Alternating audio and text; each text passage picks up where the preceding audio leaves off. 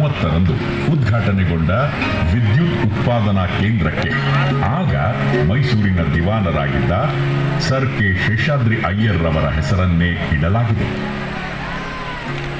ಪಕ್ಕದ ಕೊಡಗು ಜಿಲ್ಲೆಯ ತಲಕಾವೇರಿಯಲ್ಲಿ ಉಗಮವಾಗುವ ತಾಯಿ ಕಾವೇರಿ ನದಿ ಮುಂದೆ ಮಂಡ್ಯ ಜಿಲ್ಲೆಯಲ್ಲಿ ತನ್ನ ಹರಿವನ್ನು ವಿಸ್ತರಿಸಿಕೊಂಡಿದೆ.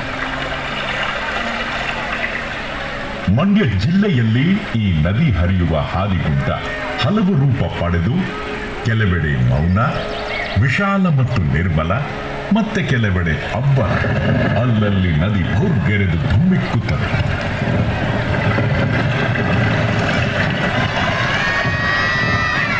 ಈ ಸೊಬಗಿಗೆ ಕಾವೇರಿ ನದಿಯೇ ಸಾಧ್ಯ.